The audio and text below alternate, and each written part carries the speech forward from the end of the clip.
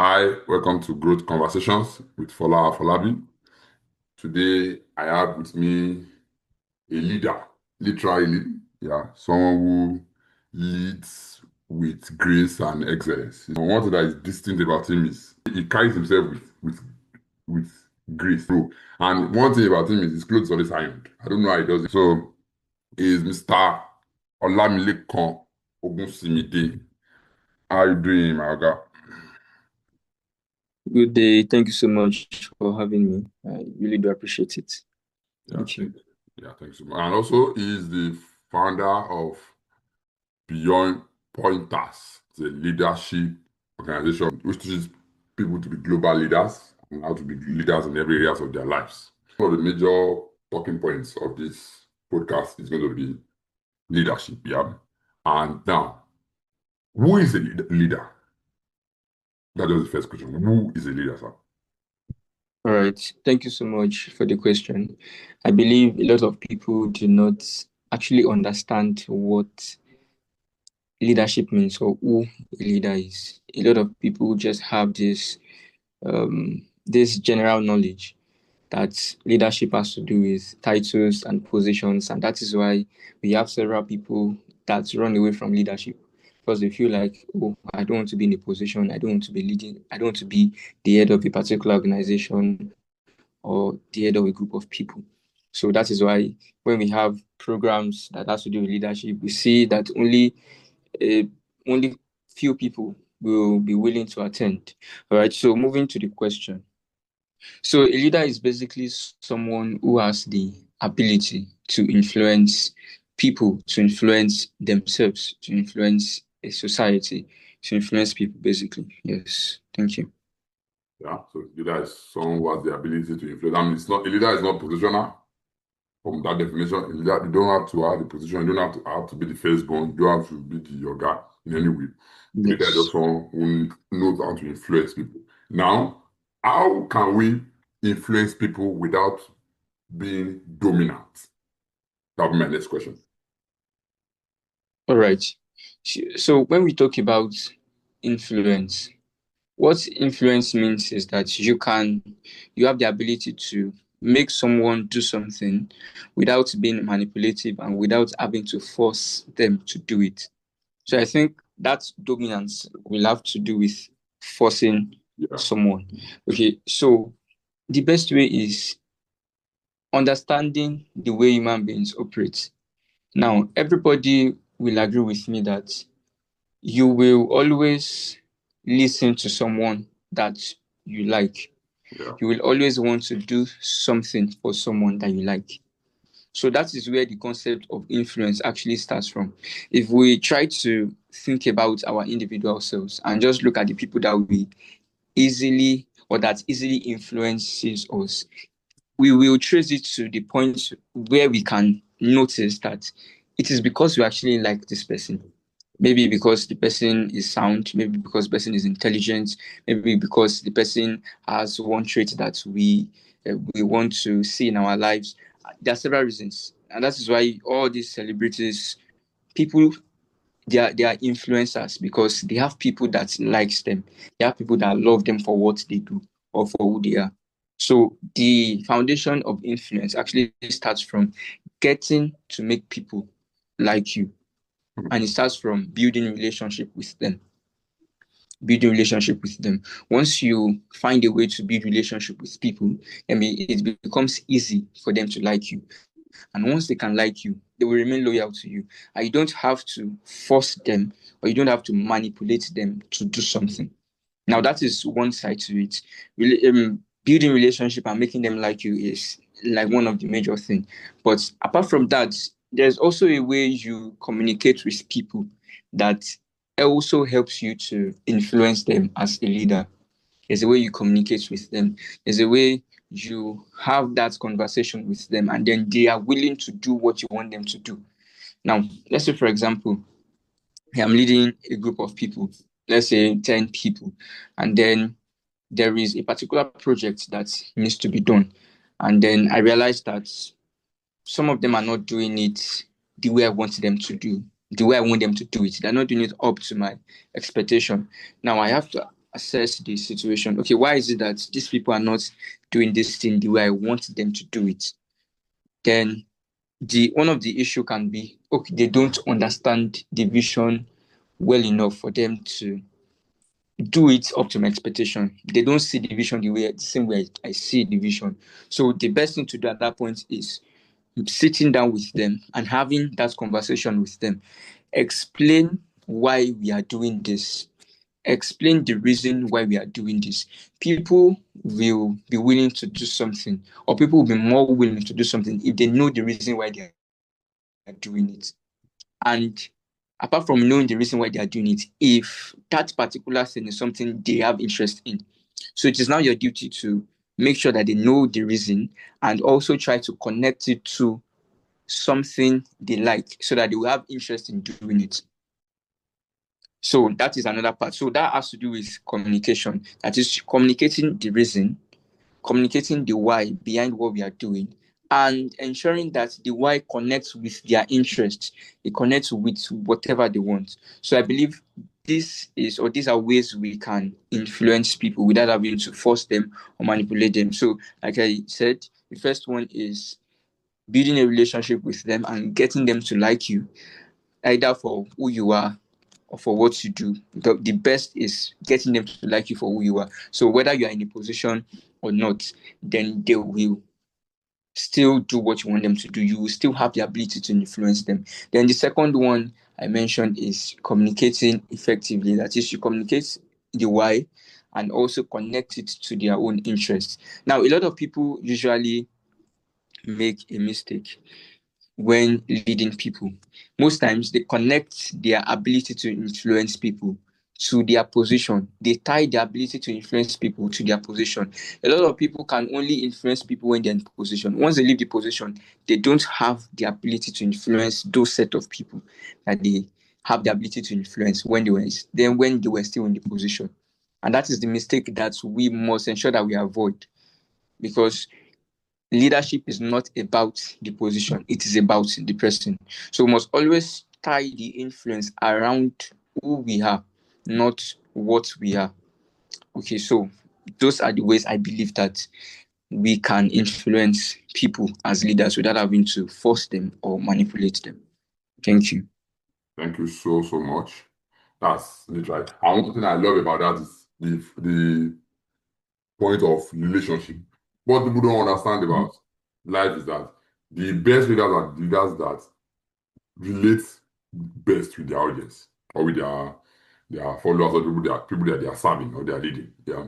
Once you're Yes. able to relate, because one thing, it gives the person following you, it gives them autonomy. Yeah. The person is able to think, let's say in the corporate world now, for instance, now, yeah. If you relate well with your team members, yeah, and there's something to do, they don't have to have the fear of speaking up. Now, oh, sir, can we do this? Can we do this? Yes. Yes. If you True. are giving them a playing field, everybody can use his own creativity, can pop up at any point in time. And that's what people don't understand. So secondly, Yes. now, my second question is now, what are the small habits people can build to be able to attain a position of good leadership? Okay. So there are several habits, and the ones you can actually start with as a person is discipline, Hmm. consistency. Things like when we say things like discipline, consistency, it has gotten to a point whereby a lot of people do not value that word anymore because they hear it often. But those words actually carry the weight that they have always carried from time past. Discipline, consistency, resilience. As a leader, there are some qualities that you need to build. There are some things that you must have in you before you can lead effectively. And those things start from you building them as habits, even while you are still leading yourself as individuals. So the likes of discipline, consistency, resilience, and building the ability or the habit of learning always. Learning always. Continuous learning is one habit that everybody, as leaders must build: continuous learning. That is the ability to always learn at every point in time. That you are always willing to learn, you are open to learning, you are always eager to learn new things. Even things that you will be learning from someone who is younger than you. You must also be open to learn from people who are younger than you. So continuous learning. I mentioned discipline, I mentioned consistency. There's also resilience, and there is also the ability to give in your best. Yes, it is also an habit that we should imbibe as leaders, the ability to always give in your best. Now we can connect that to talking about excellence. Yeah. That you have that, you build yourself to a level whereby you can be excellent in everything that you do. I believe that excellence can become an habit. Yes, it is not just something that people do or something that comes as a result of the success of a project or a work that you do. It can become an habit, such that everything that you do, you put in that amount of work that you are always excellent in it. I watched a video of Olushola. Yeah. A lot of people might know him and some people might not know him. I watched the video and it was talking about his speaking engagement. How that the same amount of dedication and work is going to put into a paid speaking engagement is still the same amount of work is going to put into a free speaking engagement. Why? Because he wants to ensure that there is always that track record of excellence in everything that he does. So it does not matter the circumstances around what he's trying to do. But from him, he's always ensuring that he is excellent in everything that he does.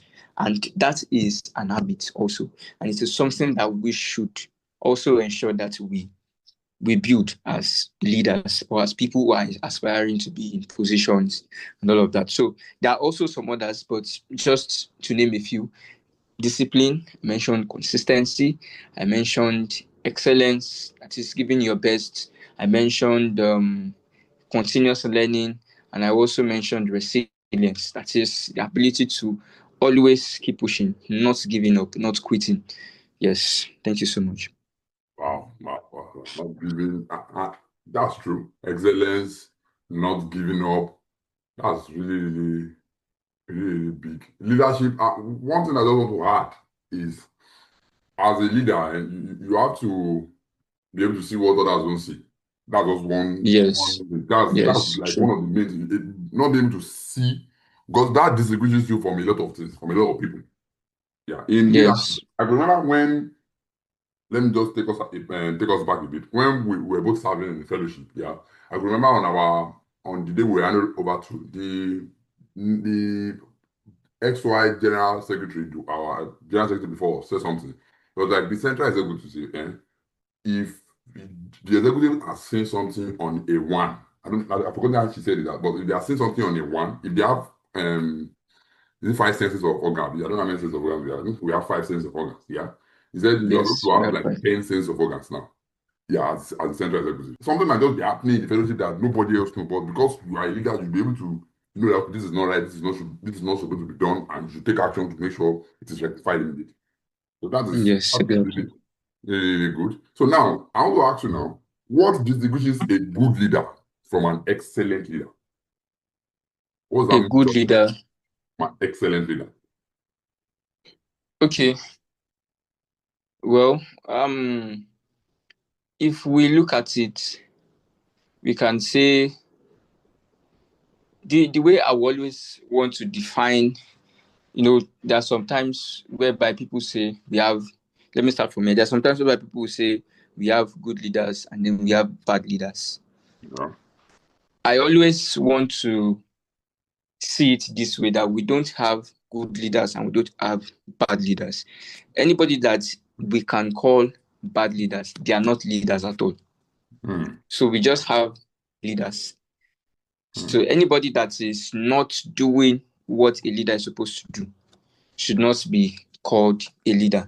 But Yeah. then if I'm trying to talk about it in the context of maybe good leader and excellent leader, that is maybe trying to look at how we can move from the level that we are as Yeah. leaders to another level whereby people can say that, oh, we are actually growing and we are actually improving. I think one key thing is learning. One Mhm. key thing is learning. Now, learning covers several things. It covers learning from experiences, it covers learning from people, maybe through books, videos, courses, and everything. But what will take you from where you are currently as a leader to another level is the knowledge and experience that you have been able to gain in that level that you are currently. The more knowledge you gain as a leader, because we will all agree with me that you can't know everything at once. At every point in time, you just keep opening new chapters of knowledge and then you keep learning, you keep learning, you keep learning. So, what will actually make a difference is that you are not the same person that you were yesterday, Yeah. as you are not the same person that you were yesterday in terms of what you know, in terms of your ability, in terms of your knowledge, and in terms of how you approach problems. So everything still comes down to learning, but I'm just going to give like an instance. For example, let's say I encounter a problem as a leader. Mhm. Let's say I'm leading some set of people and then I encounter a problem. Maybe I realize that the team is divided in a way. We have one group of people, they form their own sects, another set of people form their own. Then there is conflict and people are not agreeing, and there is the team is not just well coordinated and organized. There is just that conflict among the team. So what I'm going to do is I will try to bring them together, hear from them, try to listen to them actively, and try to learn the problem and then solve the problem. But that is limited to what I know currently. It's limited to my knowledge. It's limited to what I have learned currently. I can get to a point whereby I am exposed to new knowledge. Maybe I witness somebody who has more knowledge than me do something, or I read in a book about something, and then I realized that there is also a better approach to doing this thing. Okay, I learned that thing, that issue differently and in a way that will solve the problem faster and better. So that is me moving from one level to another in terms of my knowledge and my ability to solve problems. So I believe that this is what actually differentiates good leaders from excellent leaders. Your ability to learn even while you are going on your journey. So the more you keep learning, then the more you keep improving and getting better. But if you are a leader and then you are just at that point, you are not improving, you are not getting better, then you will always remain stuck. You remain at that level. So moving from a good leader to an excellent leader is like a journey. Yeah. And what will take you through that journey is that process of learning from experiences, learning from people, and we just say learning generally. Yeah. Yes, thank you very much. Okay. And one thing I've realized from our conversation so far that you've repeated is learning. And people don't realize that a man who stops learning, I've forgotten, I was recording a podcast with someone who recently said that. And I was like, a leader who stops learning stops leading. I think that was President Stephen. Yeah. Said that. Said a man who stops learning, a leader who stops learning stops leading. Because learning will expose you to more things. You learn a lot of things. You learn the people that you are working with, you learn things, not just random things. You keep learning because Yes, and that even opens your mind because the world there are a lot of possibilities in the world, a lot of possibilities. true. Yeah, so with someone who keeps an art of learning, like is that always yearning to learn more. Bible says, study to show yourself approved. Yeah, so the more Yes, you study things, the more you look at things, the more you are inquisitive. The more you yourself, apart from even leadership, the more you yourself position yourself to opportunities. That's that learning part. Because nowadays, now most youths now they are looking for they drop learning. They are looking for a way of looking for money, looking for this thing, and doing that. once you learn, you become more valuable. The more you learn, the more valuable you become. And True. money, wealth, abundance gravitates towards value. That's what Yes, told very us. valid. Well, God will help us. So I want to ask this question now. Yeah. How does excellence reflect in the way a leader communicates? How does excellence? Yeah, reflects in the way a leader communicates. Okay, so the first thing is you need to understand. The first thing is, as a leader, you need to understand what excellence means, and you also need to understand how you can how you can express yourself or how you can communicate effectively. Yeah, Even if you are very sound, even if you are very intelligent, even if you know so many things, if you cannot communicate properly, then people won't know that you actually have this ability. There is this saying, I can't really remember it directly, but then it says that your worth, I can't really say it the way it is, but I'm just going to try to explain it. It says that your worth is limited to how well you're able to communicate it. That is, your worth can be 8 over 10. If your communication is, let's say, 2 over 10, then that means your worth is 2 over 10 because people don't know what you actually carry. yeah, So it is very important that you learn how to communicate, learn excellence in communication. Then excellence will reflect in how well you communicate.